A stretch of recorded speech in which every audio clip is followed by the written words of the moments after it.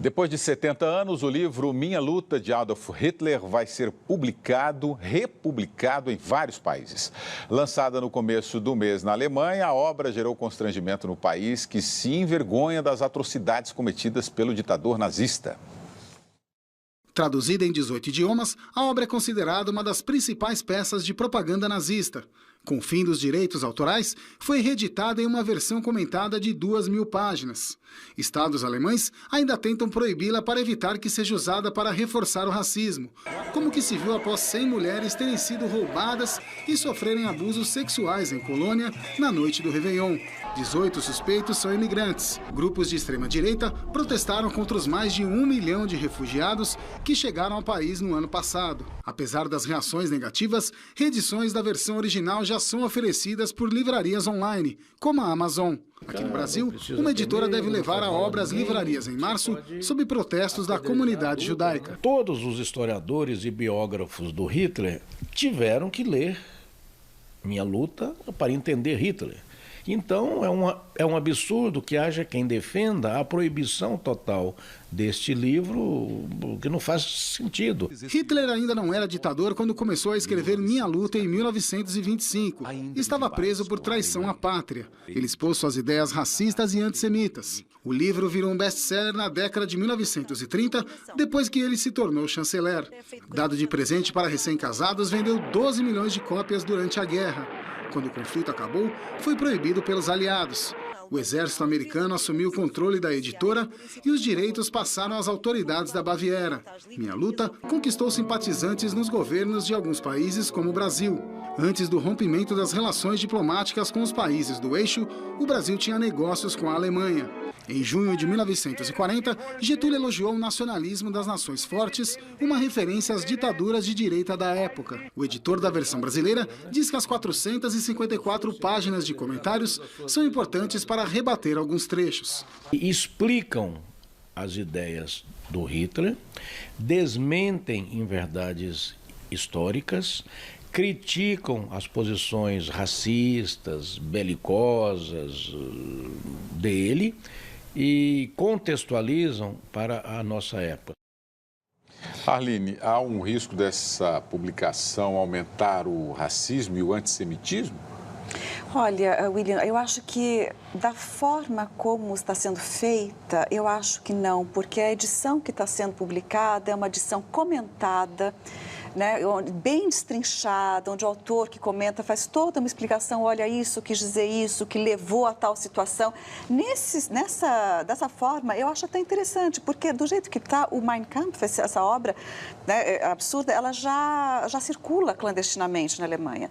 E aí você, né, cria uma circulação clandestina, a extrema-direita, mesmo não podendo, porque pega muito mal, né, dizer que é a favor do regime, usa elementos dessa publicação, dessa ideologia passada pelo Hitler nessa obra, para atacar outros grupos, outras situações, né, usa no contexto atual, de uma maneira camuflada. Então, talvez, assim, seja o melhor mesmo possibilitar para que possa ser criticado, estudado e criticado. Dito, olha, esse livro, essa ideologia levou a esse regime que levou 6 milhões de pessoas aos campos de concentração e extermínio na Segunda Guerra Mundial, que invadiu países vizinhos, que criou o contexto da Segunda Guerra Mundial. É claro que tem muito mais do que isso, mas para poder fazer esse tipo de exercício de história, de historiografia, de resgate da memória, né, e poder dizer nunca mais o Holocausto, nem contra judeu, nem contra ninguém, né, eu acho que até para isso é interessante. Pondé, o João R. Campos, todo mundo tinha negócios com a Alemanha.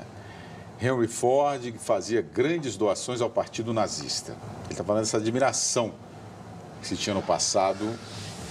Não, é assim, bom, veja, às vezes eu acho que o nazismo virou uma espécie de grande fetiche histórico, inclusive no sentido de fazer com que a gente ache que coisas assim não acontecem por aí. Na época do nazismo, por exemplo, se você pegar países importantes como a França, quase todo mundo colaborou, inclusive professores intelectuais, artistas, que depois posaram contra o nazismo, estavam lá vivendo, escrevendo livro, publicando tese e tudo mais.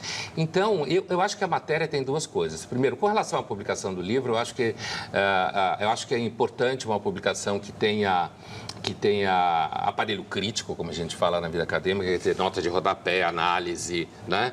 Como a matéria mesmo mostra, como o editor fala. Concordo que não adianta proibir, inclusive quando proíbe ajuda a fetichizar o livro, certo? E, pelo contrário, é bom que as pessoas tenham acesso, leiam, vejam as bobagens que estão publicadas lá. Agora, as pessoas que têm medo, elas têm medo porque acham que o livro pode aumentar o antissemitismo. E não, primeiro porque ele já circula, como disse a Arline, por aí. Hoje tudo circula nas redes sociais. É que o antissemitismo continua existindo. Ele continua existindo, ele vai assumindo formas históricas diferentes ao longo do tempo. Agora, tem uma coisa na matéria interessante, é porque a matéria, ela desliza do racismo que tem no livro contra os judeus para o risco de racismo com os refugiados da Alemanha, hoje, né? A matéria faz um deslizamento que, na realidade, acho que é feliz. E a situação é bem complexa. Eu lembro, recentemente, de uma fala de uma feminista alemã, que saiu na imprensa europeia, deve ter saído aqui também, uma fala de uma feminista alemã logo depois do que aconteceu em Colônia, em que ela dizia que o governo alemão, olha como a coisa é enrolada, ela dizia que o governo alemão deveria tomar cuidado com uma imigração em massa, porque isso traz para a Alemanha, ela dizia, machismo, que os alemães estavam conseguindo superar, traz para a Alemanha sexismo, que está ali bem perto, não é a mesma coisa, mas está ali bem perto, e antissemitismo. Quer dizer, são três ideias que normalmente, machismo e antissemitismo na mesma frase, chama atenção, porque são duas questões, são discriminação de qualquer jeito, mas são duas discriminações diferentes, né? Então, acho que é feliz quando a matéria aponta isso, porque isso é um medo que existe na Alemanha hoje. A Alemanha tem uma saia justa terrível com isso.